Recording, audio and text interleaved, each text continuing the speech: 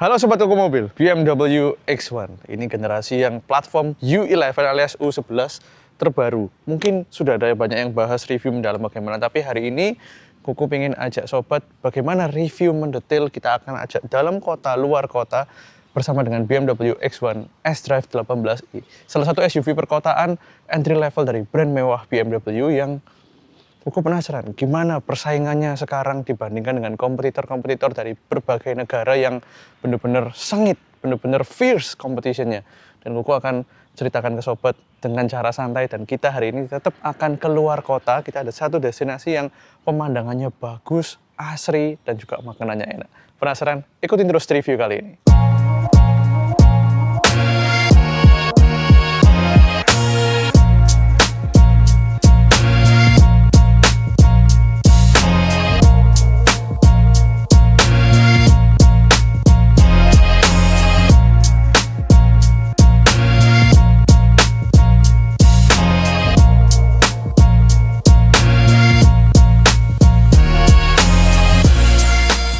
Oke, kita tadi barusan keluar kompleks, mengarah ke tol.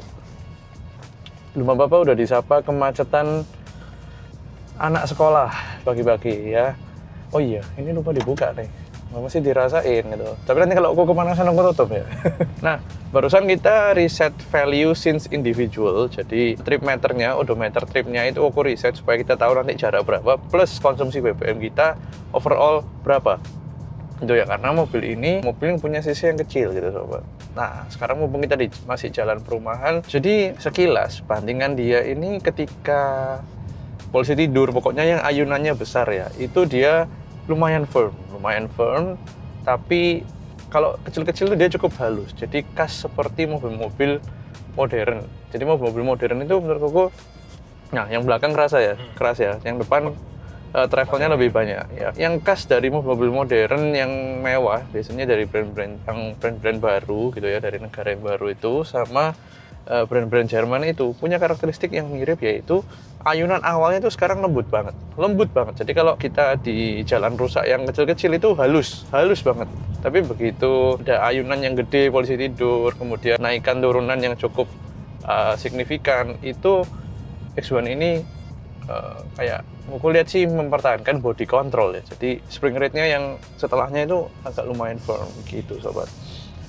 By the way, thank you buat BMW Plaza Arjuna. Kemarin aku mampir ke dealernya, bagus banget ya. Jadi ada di Jalan Arjuna Surabaya, dealernya itu bener-bener udah kayak mall, tapi shoppingnya tuh shopping BMW gitu. Dan thank you banget dipinjemin unit test drive. Ini baru kemarin waktu aku ambil baru 500 kilo, ini sekarang 599 kilo ya. Kemarin 500 berapa kilo, jadi benar-benar unit baru dan seger banget. Jadi menurut aku ini sangat cocok untuk kita coba keluar kota langsung, bahkan belum 1000 kilo. Thank you BMW Plaza Arjuna. Ini aku sih tidur. Nah tuh, jadi bukan yang keras kayak banting-banting itu, enggak sama sekali. Nah sekarang kita udah masuk di Mer nih ya, di Surabaya itu termasuk jalan dalam kota yang cukup leluasa tapi padat ya pagi-pagi. Pertama yang sangat beda dari BMW X1 generasi sebelumnya adalah peredaman.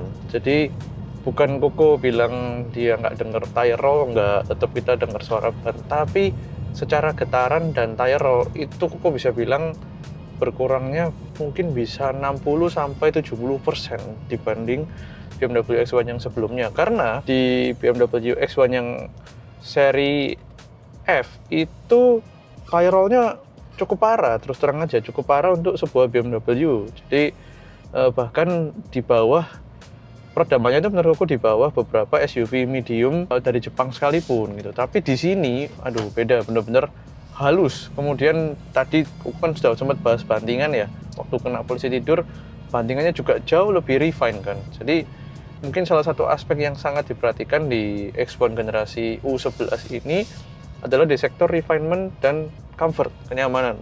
Luar biasa banget. Kemudian transmisi dual clutch-nya. Nanti urusan mesin dan transmisi aku akan bahas di jalan tol, tapi dia menggunakan dual clutch dan ini kalibrasinya enak banget dibuat dalam kota. Nggak kerasa kayak pakai dual clutch. Serta di instrumen cluster tuh uniknya sekarang dia udah dikit banget pakai RPM kecuali mode sport. Aku coba cari kemarin nggak ketemu.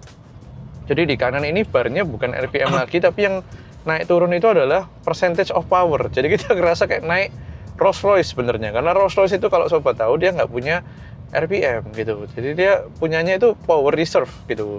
Jadi sisa berapa persen nih diinjekan sekarang. Ini kebalikannya. Ini kayak electric car, kita powernya lagi pakai berapa persen. Nah rata-rata unik juga ya, baru tahu kalau menurut perhitungan komputer rata-rata di dalam perkotaan gini dengan mesin bensin 1500 turbo biasa, kita tuh ya pakai juga masih di bawah 50% power kok. Jadi sekilas info doang. Dan yang hebat juga, ini kita stop and go beneran kan, bener-bener stop and go.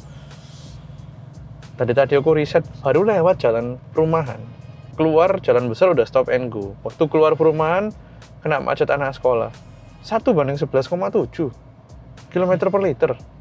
Ini hemat banget, serius. Mengingat bobot mobil ini sudah mendekati 1,5 ton. Tadi aku cek speknya sekitar 1,4 ton gede gitu ya, 1,470 berapa gitu.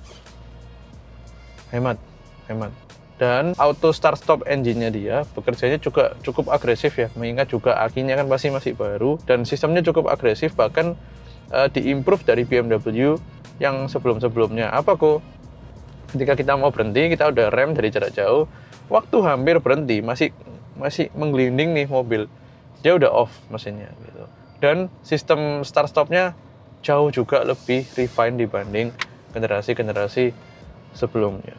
Tuh 11,3, 11,4, nggak tahu gimana caranya bisa sehemat ini. Karena ya memang mesin ini sisinya kecil, silinder cuma 3. Tapi dulu nggak sehemat ini.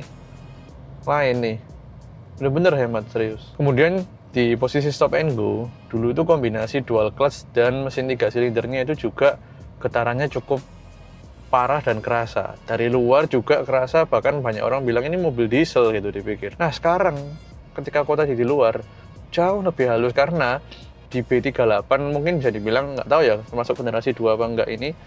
Intinya yang diperbaharui lah. Memang dia punya balance shaft dan balancer kalau nggak salah, itu sangat diimprove banyak banget sama BMW. Jadi aplikasinya ketika di RPM rendah, ketika dari luar suaranya, kemudian ketika auto start stop tuh paling penting kan getarannya luar biasa. Itu berkurangnya menurutku lebih dari 60-70%. Ini kita cuma dengar suara 3 silindernya cuman senyap banget gini. Kita akselerasi nih dalam kota, senyap banget. Halus kan ya? Halus. Kayak pakai mesin 4 silinder udah nggak kerasa. Gitu. Jarang banget kerasa getaran. Mau stop and go, paling cuma waktu starter doang masih ada, tapi berkurangnya tuh udah 60-70% di RPM bawah dan posisi starter. Itu yang aku bilang bravo banget sih buat BMW. Nih, refine ya. Refine. Beda banget sama X1 yang lama. Ini sih rasa-rasanya sekilas ya kalau dalam kota doang. Mirip sih sama kakak-kakaknya. Mirip banget sama kakak-kakaknya. Keren. Oke, kita masuk tol ya. Nah, sambil Koko jalan di tol, pertama aku mau highlight dulu segmen ini itu iDrive systemnya. Nah, yang unik dari iDrive system yang baru, yang di generasi ini itu adalah dia tuh udah nggak pakai rotary knob ya. Jadi kemarin waktu aku pertama masuk, aku pikir dengan layout baru ini, oh ya cuman bentuk-bentuknya aja ya yang berubah. Tapi ternyata nggak ada rotary knob lagi gitu. Jadi cuman tombol forward, backward, lagu, volume pakai scroll, bagus di sini. Sisanya emang kita disuruh pakai touchscreen-nya di sini. Gitu. Jadi disuruh pakai touchscreen-nya di sini, langsung pakai tangan.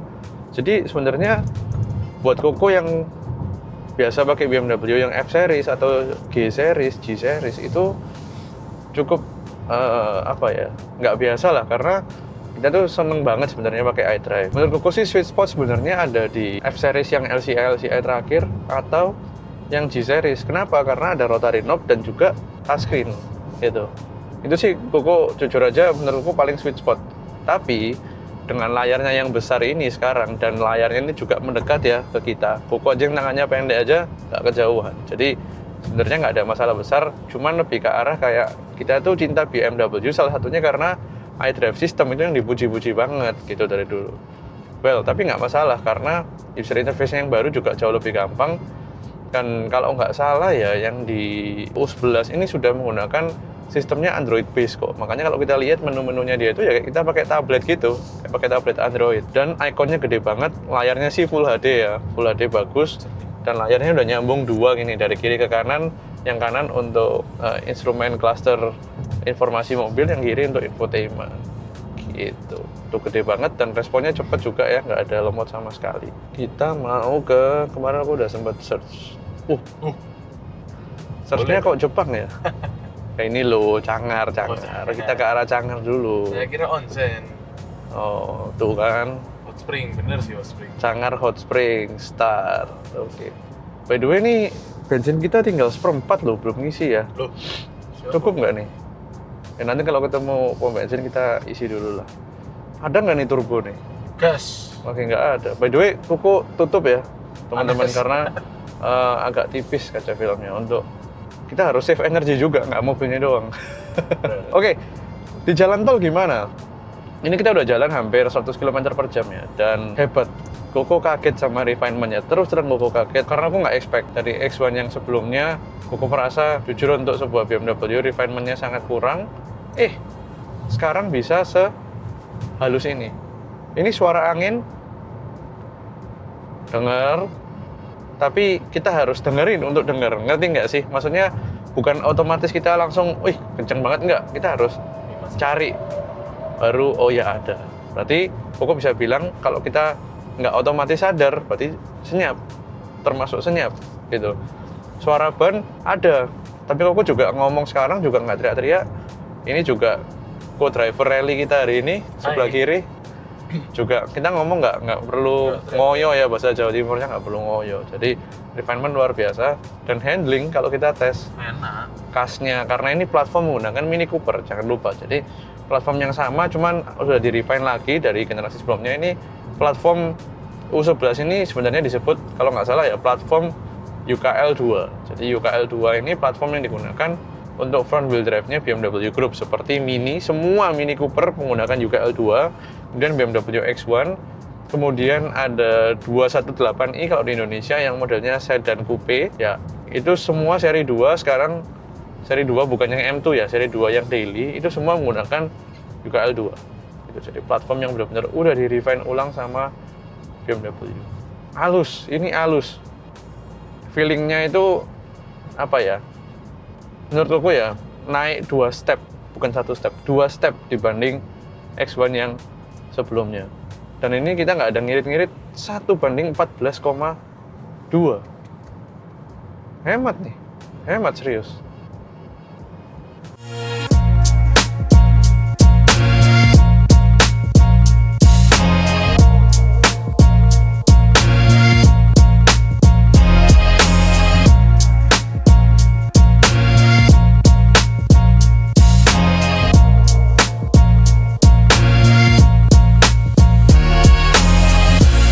Nah, sekarang kita coba kembangin kecepatan ke lebih tinggi lagi ya.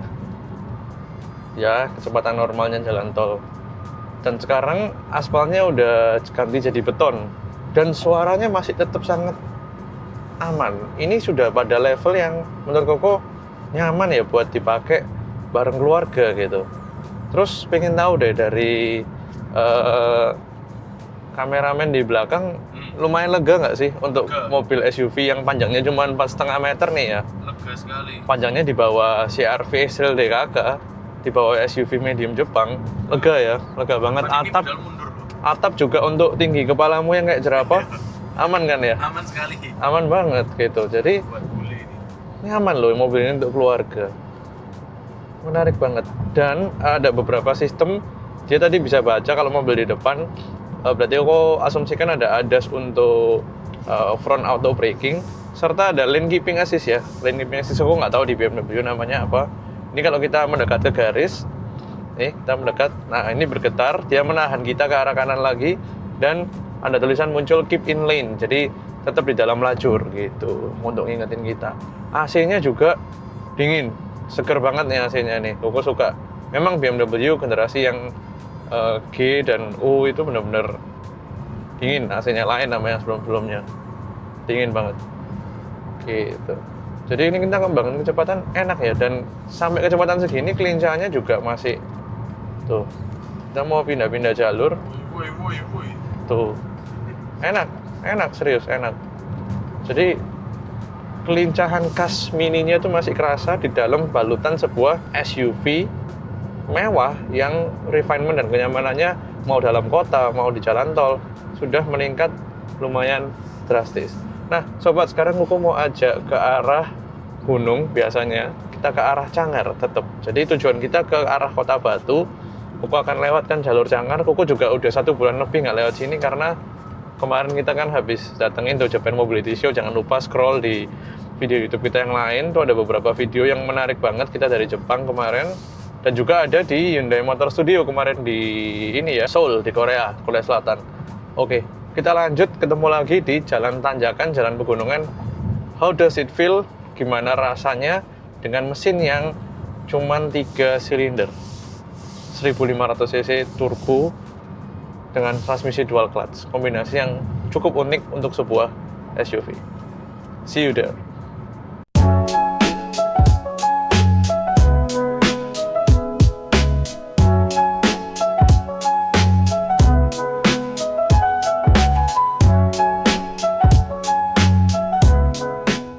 Oke, kita sekarang udah sampai di area Cangar, favorit kita nih, tanjakan ya.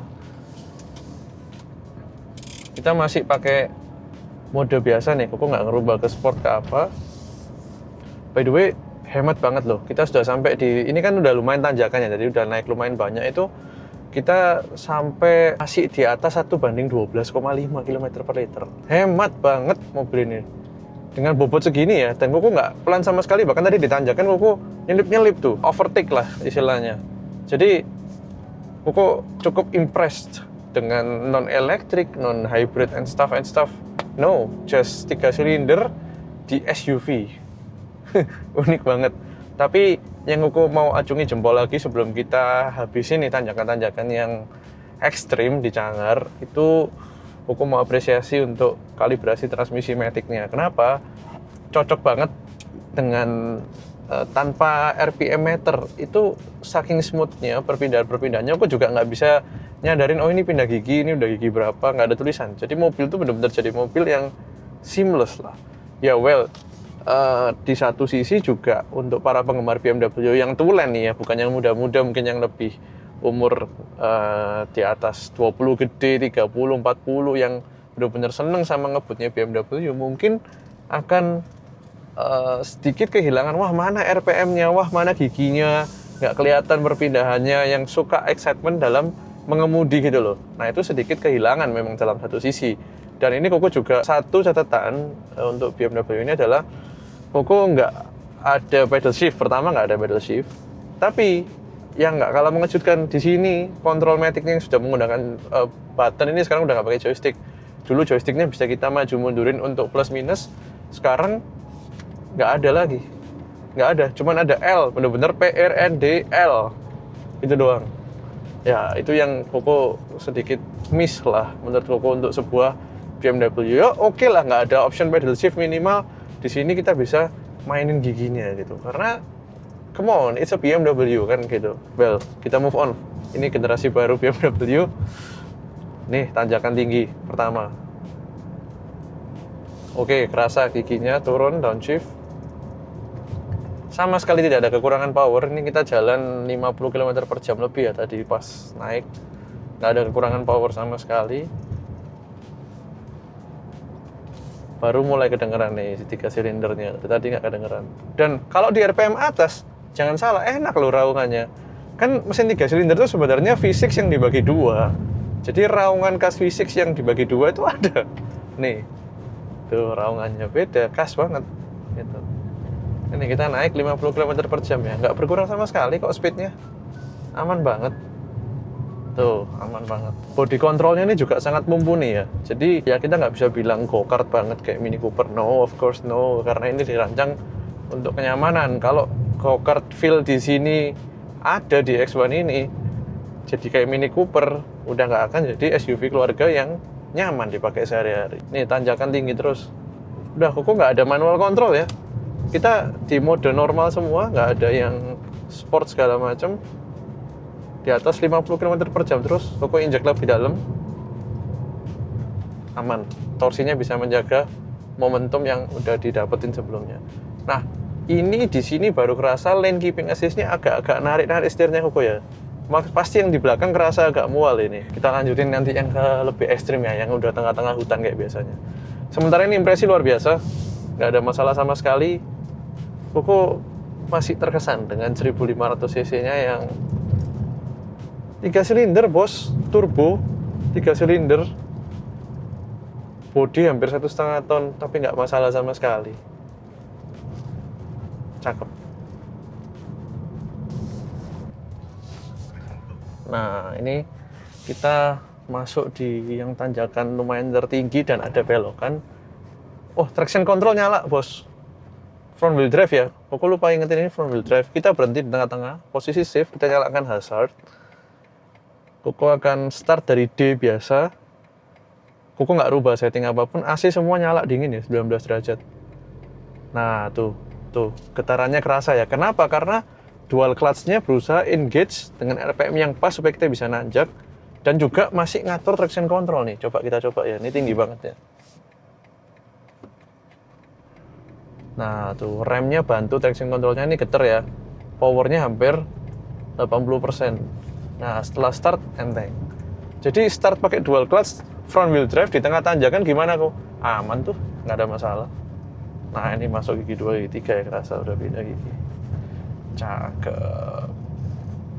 Oh, lama ya nggak main kesini ya? Sudah 1 bulan lebih. Kangen loh kalau lama nggak main kesini. Karena aku suka alam-alam hijau-hijau gunung ya, lebih ketimbang pantai. Kapan-kapan kita trip ke arah pantai yuk. Gas. Malang Selatan kali ya, Malang Selatan. Tapi kalau Malang Selatan kita nginep kali ya, atau berangkat subuh ya. Capek tuh kalau langsung jalan PP. Terlalu subuh. Nginep kelihatannya. Nginep ya? Nginep. Oke. Terus ya, SUV ini tuh kalau udah jalan kecil belok-belok gini baru kerasa pandangannya tuh luas gitu loh. Luas banget, dan Koko duduk di sini posisi normal, nggak ditinggi-tinggiin, bonetnya itu kelihatan. Nah, itu yang buat kita itu jadi guidance ketika kita ada haluan di jalan-jalan yang nggak terlalu lebar kayak begini. Gitu. Selalu rasanya itu kayak lewat mana gitu ya, kalau di sini tuh asli alam yang alam banget deh. Salah satu menurutku yang terdekat dari Surabaya cuman ini yang bener-bener nggak tersentuh, karena memang ya landscape-nya nggak bisa dibuat hidup manusia ya, terlalu jurang, terlalu hutan. Tapi lihat tuh, kerennya tuh kayak keren banget. Tanjakan di depan, kemudian pohon-pohonnya yang natural, pasti udah puluhan tahun. Suka banget aku di sini. Coba di sini ada satu camping set atau tempat makan, harusnya kita syuting sambil barbekyuan nggak sih? Seru banget loh, kayak buka camping gitu. Aduh, tapi ya biarin alamnya jadi tetap alam yang bagus deh. Aku berhenti bentar mau ambil foto-foto di tempat kesukaan Koko nih di sini.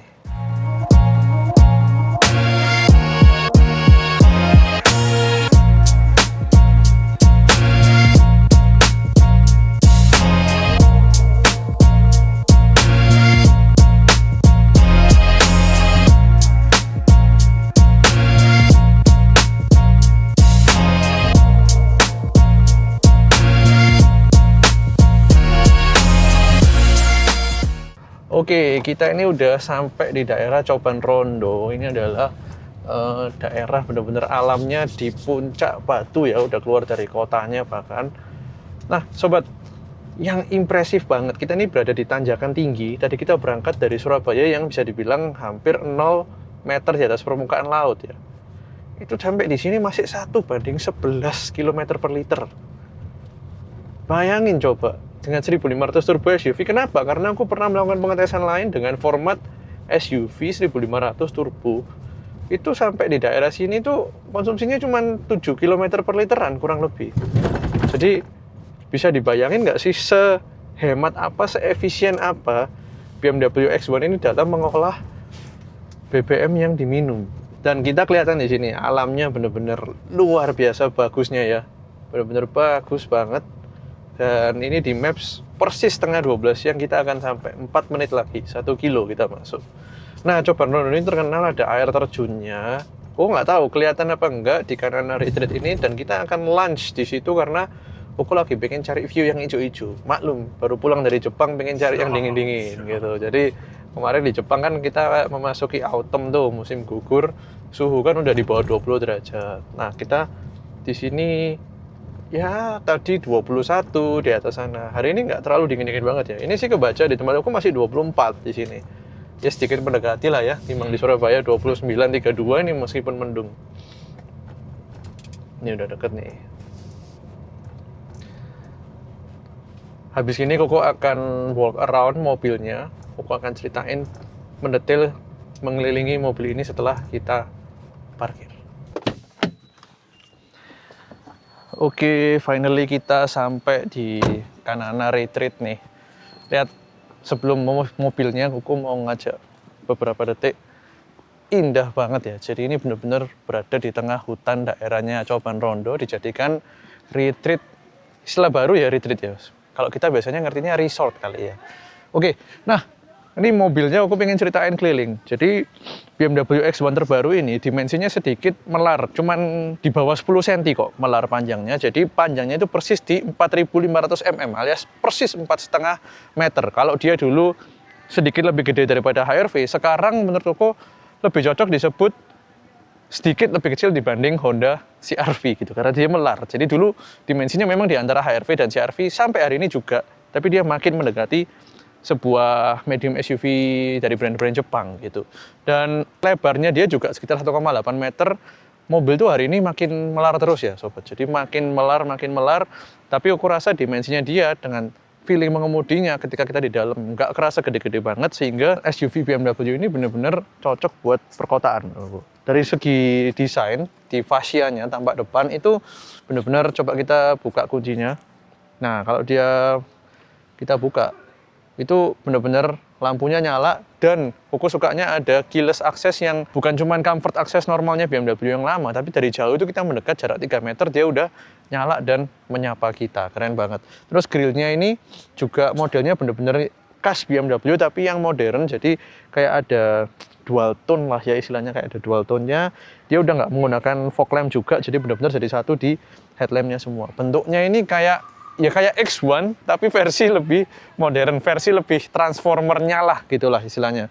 Kemudian dari segi velg, nah ini lebih ke arah selera ya menurut Koko. Ini sekarang kemungkinan di ring 18. Kalau yang lama itu juga ring 18 sama, tapi bannya nggak setebal ini, sehingga tadi mungkin yang aku bilang di jalan mempengaruhi sisi comfortnya dia yang sidewall-nya karena lebih tebal. Dan ini bawaan pabriknya menggunakan Hankook Ventus S1 Evo 3 yang pastinya sudah RFT ya harusnya. Iya ini MO ini RFT nih kalau nggak salah. Nah, mohon maaf ya mobilnya agak kotor karena kita semalaman hujan, tadi pagi juga jalan ada sisa-sisa hujan. Tapi tenang aja, ini mobil yang masih baru. Ini sampai di sini tadi udah 700 kilo ya. Kita masuk ke interior. Jadi bagian-bagian pintu, disapa. Ada suaranya dari sound engineer dari Hans Zimmer. Sound engineer-nya BMW. Nah, ini kulitnya di sini. Ini di sini juga kulit soft touch, di sini juga soft touch ya. Jadi yang paling empuk yang kulit yang di sini nih panelnya. Ngomongin fitur, Koko tuh nggak kelihatan adanya tweeter ya. Jadi speaker untuk treble-nya dia di sini biasanya ini kan kelihatan ada panel, ini ditutup gitu. Jadi ngomongin audio biasa aja standar, tapi ini entry level ya, sobat, entry levelnya BMW. Kemudian di sini joknya full elektrik, tapi yang memory seat ada yang di kanan gitu, ada di kanan.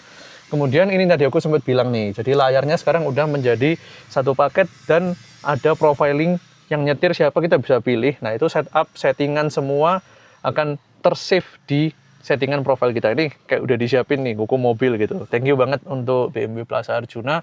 Terus kemudian ini dipertahankan ya. Jadi ini ciri khas dari X1 generasi yang kedua yang di Indonesia adalah fiturnya yang lengkap itu waktu itu yang wow. Ada panoramic roof serta power back door dan masih dipertahankan di S-Drive 18i ini gitu. Terus di tengah sini itu juga ada wireless charger. Yang lucunya kalau kita taruh HP-nya vertikal, ini ngecas dan bisa dijepit. Jadi ada dudukannya bisa dijepit. Nah, terus kemudian konsol-konsol di tengah ini sekarang jadi floating. Kalau dari sini malah nggak ada pilarnya, dari sini ada pilarnya. Ini engine start stop semua udah di sini jadi satu. Kemudian sekarang untuk pindah transmisi itu pakai shift knob di sini nih. Jadi kalau yang lama pakai joystick, ini sama pengoperasian naik dan turun tapi tinggal pakai tombol sekecil ini gitu. Yang tadi aku bilang sayang sekali tidak ada kontrol manualnya. Tapi oke lah. Kemudian parkingnya itu sekarang tinggal tekan tombol electronic parking brake, jadi satu. Sangat make sense, sangat memudahkan kita karena kita jadinya nggak perlu lagi tekan tombol P dan electronic parking brake. Cukup sekali tekan udah P. Jadi yang ini cuman R, N, D atau low. Ada low itu tadi lebih kayak buat tanjakan dan turunan lah aku bisa bilangnya. Lebih sporty dikit. Tapi bukan S, dia nggak klaim dirinya S. Lebih ke arah engine brake dan kebutuhan di jalan yang menanjak seperti di Cangar tadi. Kemudian ada kontrol volume, di sini masih pakai scroll, bagus banget. Jadi ini kalau kita lagi nyetir tinggal scroll ke atas, nggak usah tekan touchpad, bagus banget. Terus di sini ada tombol satu untuk buka ini konsol di tengah, nggak terlalu dalam. Ini mungkin coba kita untuk handphone, ini iPhone 16 biasa ya, itu udah nggak bisa nutup gitu. Jadi ini lebih ke arah untuk armrest serta barang-barang yang kecil deh. Kemudian di sebelah kanan juga ada dua USB Type-C. Ini sangat membantu kita tadi selama perjalanan untuk kamera kita, untuk headphone kita, tinggal colokin aja. Dan masih ada soket 12 volt juga. Nah, yang gede itu sebenarnya ada di bawah sini nih, lumayan banget. Apalagi yang dari sini, itu tidak ada pilarnya. Jadi pilar ini cuma floating dari kiri doang. Dari kanan nih, driver masukin barang yang lumayan gede, dompet, handphone, gadget, bahkan tab yang kecil pun akan masuk di tengah floating center console-nya ini. Nah, yang unik lagi itu ada desain ini, sobat. Ini kisi AC-nya jadi 4 tetap 1, 2. Kalau biasanya 2 di tengah, ini 2 di sini. Jadi mirip sama satu merek Jepang tuh, yang AC-nya di sebelah sini ya, Gen 1-nya gitu. Sisanya ya khas BMW modern. Kemudian mungkin Koko boleh nge-review bangku belakang ya, karena ini jadi salah satu kelebihan X1 generasi kedua sejak menggunakan platform front wheel drive adalah nih legroomnya. Jadi legroomnya tadi di depan kita nyantai, nih legroomnya gede ya, jadi legroomnya nyantai, armrest juga nggak dibuang, masih tetap ada. Kisi AC belakang juga sama generasi sebelumnya ada 2, dan ada 2 USB Type-C lagi di belakang. Jadi total ada 4 USB Type-C, cocok, nggak perlu rebutan, satu penumpang satu. Armrestnya, headrestnya empuk ya, headrestnya empuk. Bentar, kita adjust dulu. Ya, headrestnya empuk. Armrestnya empuk, oke semua. Jendela juga shoulder line-nya agak garis ke atas tapi masih sangat besar. Jadi kalau ada anak-anak duduk di belakang masih cukup nyaman sobat. Dan kursinya juga menyangganya lumayan, hampir setekukan lutut Koko yang tingginya 168 cm. Cakep. Kemudian kita lari ke belakang. Nah, desain belakang Koko lumayan suka ya, karena lampu ini kayak menegaskan bentuknya yang dinamis dan tajam, ciri khas dari seekor BMW, dan ada logo S-Drive 18i. Kita lihat bagasinya Koko isi barang-barang lumayan penuh ya. Sangat berguna ya untuk pemakaian sehari-hari kita dalam kota, SUV perkotaan, bahkan keluar kota seperti ini.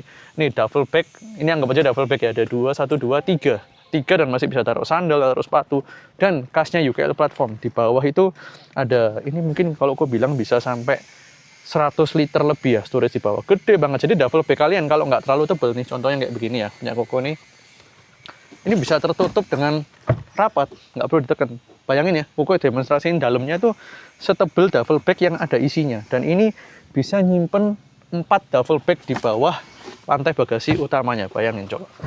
Mantap ya. Terus kemudian jok ini splitnya juga 40-20-40. Jadi kalau tengah perlu barang panjang, misalnya tas golf, misalnya lagi banyak tas golf, tadi yang bagian armrest di jok baris kedua juga bisa dilipat. Nah, jadi versatility-nya BMW X1 itu tetap dipertahankan di generasi ketiga ini. Dan Koko rasa apa ya, secara fungsi tadi kan aku ngomong comfortnya, kemudian refinement-nya itu benar-benar ditingkatkan. Koko rasa mobil ini semakin menjadi SUV perkotaan yang makin sempurna. Nah, sebelum kita mau makan siang, ini hampir jam 12 siang dan Koko tadi baru kopi hitam doang, belum makan. Hari ini kita puasa. Biar agak sehat. Terakhir Koko akan bahas dari segi drivetrain. Ya, ini 1500 cc tadi aku berkali-kali bilang ya di jalan. 1500 cc, ini mesin dengan kode B38. Sekarang getarannya begitu halus ya begitu halus. Kemudian mekanisme transmisi otomatisnya juga jauh lebih halus dengan dual clutch sekarang. Jadi gini, di platform sebelumnya sobat, itu dia generasi paling pertamanya sebelum di LCI itu menggunakan transmisi 6 percepatan otomatis dari Aisin, ya grupnya Aisin. Kemudian ketika LCI menjadi joystick, itu dia menggunakan transmisi dual clutch yang sama juga dipakai di semua hampir semua Mini Cooper mulai tahun 2018 gitu. Nah, transmisi yang sama, unit yang sama, aku yakin juga dilanjutkan di platform U11 ini, tapi menggunakan kalibrasi software yang jauh lebih halus. Mesin tadi aku juga bilang kelihatannya ada generasi kedua yang jauh lebih halus. Pokoknya dipakai jauh lebih enak, jauh lebih smooth. Kita juga kalau jalan santai nggak pakai tanjakan, kita tuh nggak tahu itu RPM berapa, gigi berapa.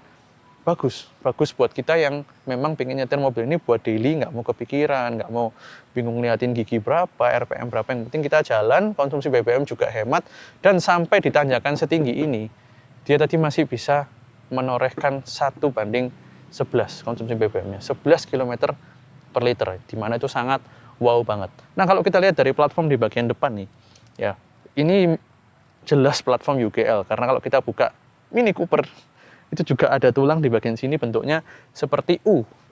Jadi dari strut towernya, dari pangkon shockbreaker-nya ini, titik struktur utama itu biasanya selalu di sini, itu bentuknya U. Ini apa artinya sobat? Artinya rigiditasnya dia itu sangat baik karena membentuk bentuk yang ada segitiganya. Nah, kalau kita belajar di fisika, bentuk segitiga itu adalah bentuk yang paling rigid. Makanya pengembangannya ada segi 6, segi 9, itu bentuk yang kalau kita tekan dengan bahan yang sama dibandingkan lingkaran, dia akan jauh lebih rigid. Dan itu akan mempengaruhi performance, handling, kenyamanan, refinement, semuanya dalam sebuah mobil. Makanya aku cinta banget sama mobil, karena mobil itu gabungan fisika iya, desain iya, teknologi iya, bukti engineering dalam hal mesin, technical iya. Jadi bisa bikin sebuah mobil yang bentuknya indah, enak disetirin semua. Itu adalah salah satu menurutku ciptaan manusia yang paling indah, paling berseni dan paling pakai otak at the same time, itu adalah mobil. Dan BMW menurut Koko di X1 U11 ini berhasil menggabungkan semuanya itu tanpa mengorbankan usability harian kita, daily usability kita untuk pakai mobil ini dalam kota maupun luar kota singkat seperti ini. Well, Koko udah lapar banget, Koko mau parkirin dulu, kita rapiin parkirnya, kita puterin kanan retreat, Koko pengen lihat.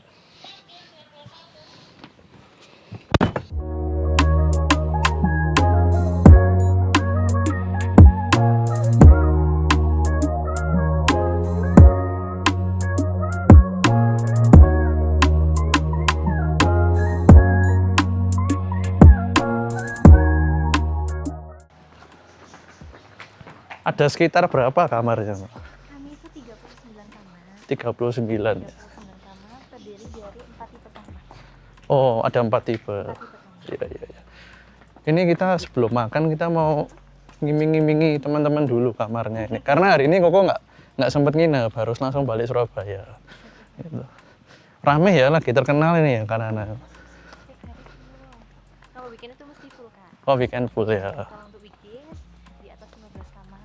Oke. Pantry dan living room-nya juga.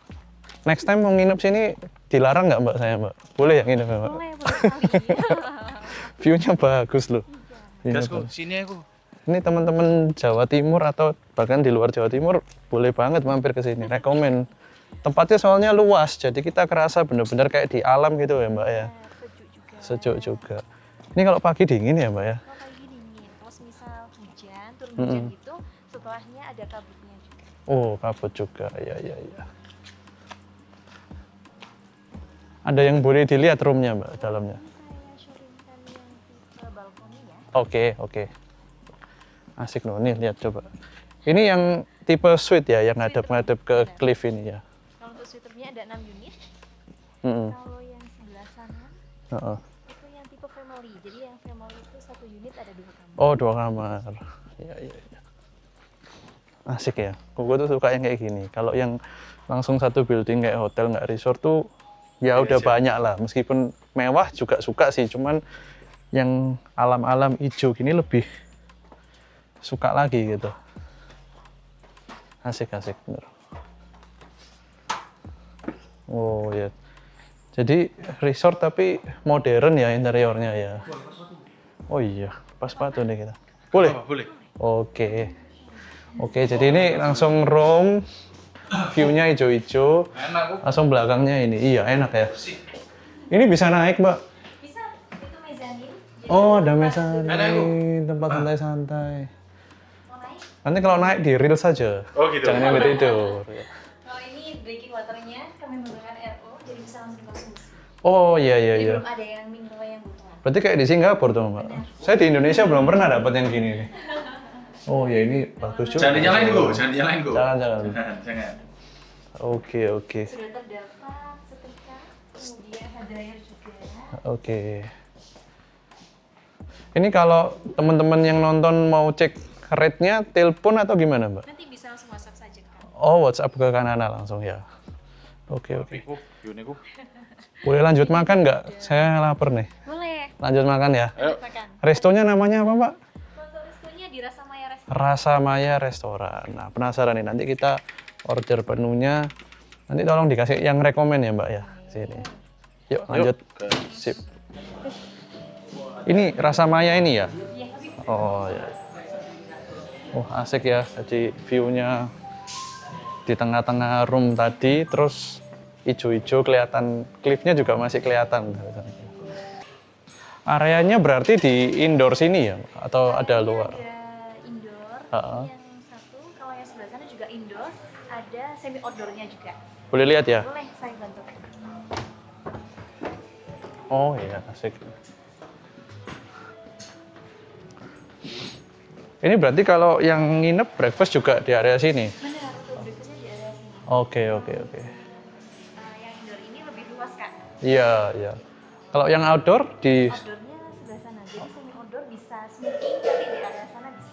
Oh iya, iya. Jadi kalau yang untuk buat breakfast di area sini sama yang di indoor yang Iya, iya, iya. kecil. Mau yang outdoor deh, biar dingin. Boleh. Boleh ya? Boleh.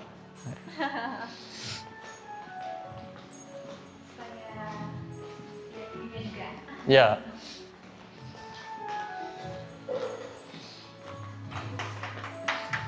Makasih ya.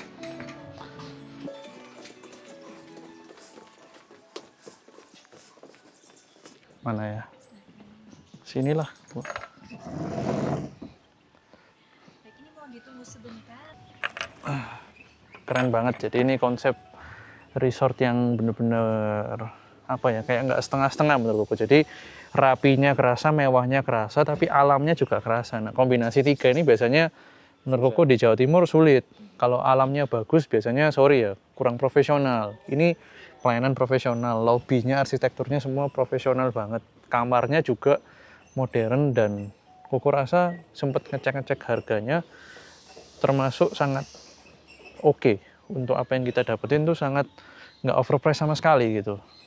Tuh ya, jadi dari sana tuh kelihatan lembahnya dari sela-sela. Mungkin kalau di kamera ya nggak bisa kelihatan lah. Dan mereka infonya masih akan expand unitnya ke sekitar 60 unit plus ini masih di berapa tadi? 39 ya. 30-an ya. Aduh. Apa nggak usah pulang ya? Nginep ya? Boleh. Ya udah deh, pesan makan siang, lapar. Oke, kita pindah ke indoor karena di luar masih lumayan kerasa ya mataharinya, belum kurang sore. Waduh, ini koko udah kepengin makan, lapar. Ini nasi goreng Rasa Maya ya tadi namanya. Kelihatan kering smoky-nya. Koko ini pencinta nasi goreng ya. Jadi kalau gini dikit udah bener-bener wah garing nih. Kalau garing ini enak. Terus tadi tahu petisnya kayak gini. Ini loh kayak gini-gini plating ya. Kayak gini-gini tadi nggak sampai 50.000. Ini kontro iga bakar aja aku nggak lihat sih harga berapa. Terus milkshake-nya cantik banget. Terus aku minta ice latte sama leci tea. Oke, kita sambil makan. Buka puasa nih, 12:30 lebih. Makan yuk.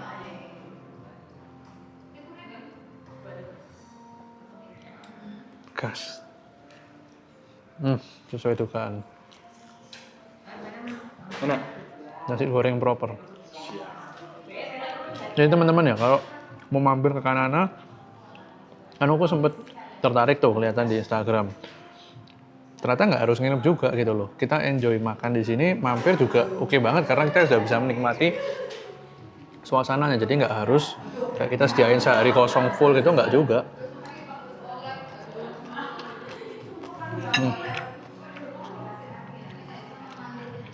Mantep bahasa Surabaya. Temenan. Beneran. Enak. Nggak bisa, jiwa Surabaya ini nggak bisa Surabaya dihalangi. ini metu. Makan dulu ya. Yuk, makan. Enak. Oke, kita udah selesai. Sebenarnya dengan cuaca kayak gini, ijo-ijo itu nggak pengen ninggalin ya. Rasanya malah pengen nginep di sini. Tapi kita harus melanjutkan perjalanan kembali ke Surabaya. Dan Koko mau kasih sedikit, atau beberapa lah, nggak sedikit, kesimpulan soal BMW X1-nya. Oke, kita sampai di rest area. Sebelum kembali ke Surabaya, Koko mau pindah di belakang, mau cerita sama sobat, istilahnya in English tuh verdict ya, atau apa sih kesimpulan Koko? Ya, judgement Koko sama mobil ini tuh gimana sih? Nah, tapi aku mau info yang super keren adalah mobil ini dari tadi average fuel consumption-nya ada di 1 banding 13,7 km per liter. Bayangin, kita udah jalan 212 kilo, dan kalau sobat ingat kembali ke review kita di awal-awal, itu ada salah satu MPV 1500cc low LMPV, jadi gak ada turbo dan sudah pakai CVT. Itu kesimpulannya dengan trip yang mirip-mirip. 1 banding 13 juga, sobat. Jadi bisa dibayangin betapa efisiennya BMW hampir 1,5 ton ini dengan mesin turbo, dengan skala power yang lebih, dan kita sama sekali nggak ada pelan-pelan. Gitu ya. Koko cukup sangat terkesima lah dengan apa yang menjadi performa serta kehematan BBM dari BMW X1 ini. Oke, kita sekarang mau review dari belakang. Jadi impresi pertama adalah begitu lega untuk SUV di kelasnya ya, sobat. Nih aku naikin kaki gini, sama sekali nggak ada masalah ya. Dan kesenyapan masih terjaga. Kalau di kecepatan tinggi di tol gini malah lebih terjaga lagi kesenyapannya, karena yang depan kan yang kena angin. Kita kan di belakang udah kerendam dulu sama penumpang di depan, kacanya juga jauh kan di depan gitu. Well, stiffnya kerasa ya. Jadi kasnya SUV mini Jerman yang mengutamakan pengendalian seperti yang aku bilang di awal tadi, tapi tanpa comfort yang sampai keras kasar nggak juga gitu. Dan kelegaan ruangnya, ada kisi AC di belakang, USB-C tadi 2 di belakang, cukup mendukung kenyamanan penumpang di belakang. Jadi intinya ini kalau bawa 2 penumpang udah, kecuali misal ukuran badan antara tinggi atau gemuknya itu lebih daripada umumnya gitu. Tapi kalau misalnya kita penumpang yang umum, tingginya umum, ini bahkan sampai tinggi 185 sih masih aman. Kalau Koko, kelebihannya Koko bersyukur kok jadi orang yang nggak terlalu tinggi. Karena apa? Kalau naik pesawat di ekonomi masih bisa selonjor gitu.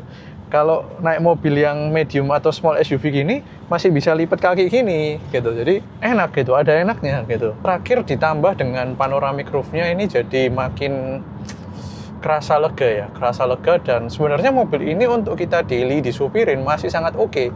Ini posisi jok depan ini Koko majuin dikit lah dari umumnya sekitar 3-5 cm doang. Jadi kalau ini dimundurin pun masih sangat lega. Kalau mau disupirin cukup dimajuin segini, nggak usah sampai mentok, udah sangat nyaman, nggak bakal kepentok yang namanya kaki itu. Sampai Koko selonjorin di bawah jok depan. Oh ya, di bawah jok depan, nah kelebihan UKL platform itu lucu ya. UKL platform kan dibuat buat untuk mobil-mobil yang rendah kayak Mini Cooper, sehingga ketika posisi duduknya disetting untuk SUV seperti BMW X1, Mini Countryman, itu justru sama BMW kursinya itu dikasih ganjelan naik, yang artinya apa? Dengan platform yang sangat rendah, malah ada jeda kaki yang sangat lebar di bawah kursi jok baris pertama, yang artinya kita bisa selonjor. In English tuh kita bisa slouch our feet gitu ya, di bawahnya kursi baris pertama gitu. Nah, kesimpulannya kayak bagaimana sih? Koko udah rangkumkan beberapa hal. Pertama, aku mulai dari 3 hal yang Koko harap bisa diimprove ya dari BMW X1 U11 terbaru ini. Yang pertama, ya tadi aku sempat sebutin, tidak ada pedal shift dan kontrol manual di transmisinya. Akan sangat lebih baik, akan sangat jauh lebih BMW. Kalau minimal di knobnya nggak tahu dengan cara knob kecil sekarang ya. Kalau joystick kan enak, dipegang kayak kayak kita main di konsol gitu ya, kayak di simulator. Tapi kalau pakai tombol aku nggak tahu, atau mungkin boleh lah pakai tombol kecil langsung dikasih pedal shift. Minimal kita bisa masuk ke mode M atau mode manual, di mana untuk para pecinta BMW mode M itu bukan mode yang sejarang itu dipakai, karena kita kadang pingin have fun with our cars, terutama kita udah beli a new BMW gitu. Kemudian yang kedua, audio sistemnya itu secara suara cukup sangat standar ya untuk sebuah mobil dengan harga di atas 1 miliar. Jadi harga mobil ini sedikit di atas 1 miliar, tentunya dengan beberapa bonus. Kemarin aku tanya ke BMW Plaza Arjuna, ada beberapa bonus hingga puluhan juta. Untuk detailnya bisa langsung hubungi aja di BMW Plaza Arjuna. Tapi dengan harga mobil segini, aku harap semestinya audio sistemnya bisa lebih baik, karena di keempat pintu itu sebenarnya BMW sudah menyediakan slot untuk adanya tweeter. Jadi harusnya ketimbang hanya 4 speaker, harusnya bisa menjadi 8 speaker, dan spek itu lebih sesuai untuk mobil-mobil merek Jerman yang di Indonesia. Karena kalau sobat perhatikan, sebenarnya di Indonesia mobil-mobil Jerman tuh sangat jarang yang dikasih spek rendah, karena buat kita mobil Jerman tuh harganya udah middle up. Nah, dengan orang yang punya uang segitu harusnya selisih-selisih spek sedikit, yang penting puas gitu. Nambah harga dikit nggak ada masalah. Dan yang ketiga, yang aku harap semestinya bisa lebih baik adalah adanya tetap rotary knob iDrive, dan juga AC-nya itu kontrol harusnya masih ada tombol fisik lah. Nah, aku nggak tahu di kemudian hari BMW berharap seperti apa, karena di beberapa merek Jerman dan merek Jepang sih terutama sangat memikirkan ergonomi ya. Itu mereka ada yang sempat pindah ke touchscreen, akhirnya kembali lagi ke tombol fisik untuk kontrol AC. Dan rotary knob juga sayang banget gitu. Meskipun touchscreen-nya deket, tapi rotary knob itu sudah menjadi ciri khas sebuah BMW atau any products from BMW Group gitu. Nah, yang terakhir, aku masuk ke kelebihan nih, hal-hal yang aku suka. Tadi aku sudah sempat sebutin dan mungkin berkali-kali, refinement dan kenyamanannya, mau dari kehalusan mesin, kehalusan getaran jalan, getaran ban, suara jalan, suara ban itu meningkat 60-70% dibanding X1 generasi sebelumnya. Itu bravo banget, luar biasa banget. Refinement-nya mobil ini sekarang jadi lebih layak untuk berada di segmen dan harga segini. Ya, value-nya meningkat benar-benar secara kenyamanan. Karena kita nggak mungkin lah, kita beli mobil Jerman, kita nggak memikirkan kenyamanan, atau misalnya kenyamanan itu kurang, kita dengan beli mobil Jerman sudah punya ekspektasi tinggi, pasti ada sedikit kekecewaan, dan itu nggak akan terjadi ketika sobat membeli BMW X1 U11 ini. Kemudian mesin spesifik di tenaga dan konsumsi BBM-nya. Jadi meskipun cc-nya kecil 1500 cc, tapi dengan bodi hampir setengah 1 ton seperti ini, powernya kok nggak pernah merasa kekurangan. Memang bukan secepat, bukan sekenceng sedan BMW, tapi way more than enough. Tadi di tanjakan, di jalan tol, kita mau overtake di jalan luar kota, di dalam kota stop and go, semuanya kalibrasinya mantap, transmisinya, tuningnya sangat bisa mengail tenaga dari mesin turbo 3 silindernya, luar biasa banget. Dan konsumsi BBM-nya masih bisa 1 banding, sekarang tuh live ya, 13,6 km per liter setelah melewati tanjakan se ekstrim itu, dan di jalan tol Koko berlari di triple digit speed. Impresif untuk SUV ukuran segini. Kemudian kelebihan yang terakhir, yang aku sangat suka, sekaligus kita menyimpulkan bagaimana BMW U11 ini, adalah poin soal bahwa mobil ini bisa menjadi SUV yang kita bisa pakai benar-benar setiap hari, mau dalam kota, mau keluar kota, untuk keluarga muda, untuk mama-mama muda, untuk eksekutif muda yang pria sekalipun. Menurutku mobil ini menjadi sweet spot dan punya fungsi yang aku bisa bilang all-rounder. Kita mau have fun, tadi aku sempat tunjukin handlingnya sangat oke. Kita mau ngirit, BBM-nya juga irit. Kita mau santai juga, refinement dan kenyamanannya sudah jauh lebih baik dibanding generasi sebelumnya. Dan secara packaging dengan panjang 4,5 meter, lebar sekitar 1,8 meter, mobil ini juga tidak menjadi SUV yang terlalu besar. Kalau kita punya tempat parkir juga nggak terlalu besar, di tempat tinggal mau misal di rumah, di apartemen, manuvernya mobil ini tuh masih sangat enak dan sangat compact untuk mobil Jerman atau mobil mewah, tapi di dalamnya sama sekali tidak terasa sempit. Jadi menurutku sebuah mobil yang menjadi sweet spot SUV perkotaan yang sekali-sekali bisa diajak keluar kota, semuanya mendukung. Tenaga, kelegaan ruang, modelnya juga futuristik dan modern banget. konsumsi BBM-nya. Kemudian kalau kita beli BMW juga pasti sudah mendapat garansi yang cukup lama serta include juga di servis berkalanya. Jadi menurut Koko nggak ada yang kurang dari mobil ini, yang signifikan banget, benar-benar sebuah mobil all-rounder yang layak, sangat layak untuk kita masukkan ke shortlist kita dalam memilih sebuah SUV Jerman. Itu aja kali ini dari Koko. Kesimpulannya, Koko sangat suka dengan mobil ini, dan kalau ada sobat yang tanya, Koko pengen beli SUV Jerman, ada budget, pinginnya X1, very recommended. Very recommended. Itu aja kali ini. Thank you juga buat Kanana Retreat di Coban Rondo. Tadi sempat mengincipi makanan serta melihat pemandangannya yang luar biasa. Itu aja kali ini. Sobat punya saran apa, pendapat, masukan, ide apapun, silakan tinggalkan di kolom komentar. Dan jangan lupa untuk follow serta subscribe di 4 channel kita, YouTube, Instagram, Facebook, dan TikTok. See you next time di review berikutnya.